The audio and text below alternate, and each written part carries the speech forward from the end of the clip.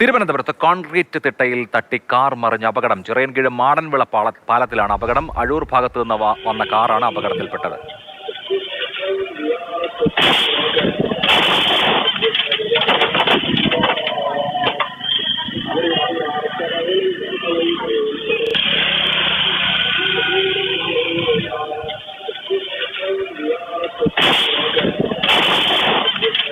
S Harikrishna വിവരങ്ങളുമായി. ഹരി, അപകടത്തിൽ ആർക്കെങ്കിലും എന്തെങ്കിലും അപായം സംഭവിച്ചോ?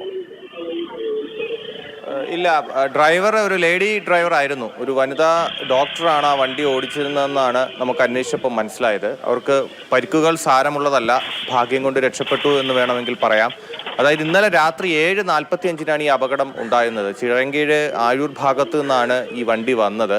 ഈ മാടൻവിള എന്ന് പറയുന്ന ആ ഭാഗത്ത് ഒരു പാലമുണ്ട്. ആ പാലത്തിനോട് ചേർന്നാണ് ആ തിട്ടയുള്ളത്. ആ തിട്ട പെട്ടെന്ന് മനസ്സിലാകില്ല.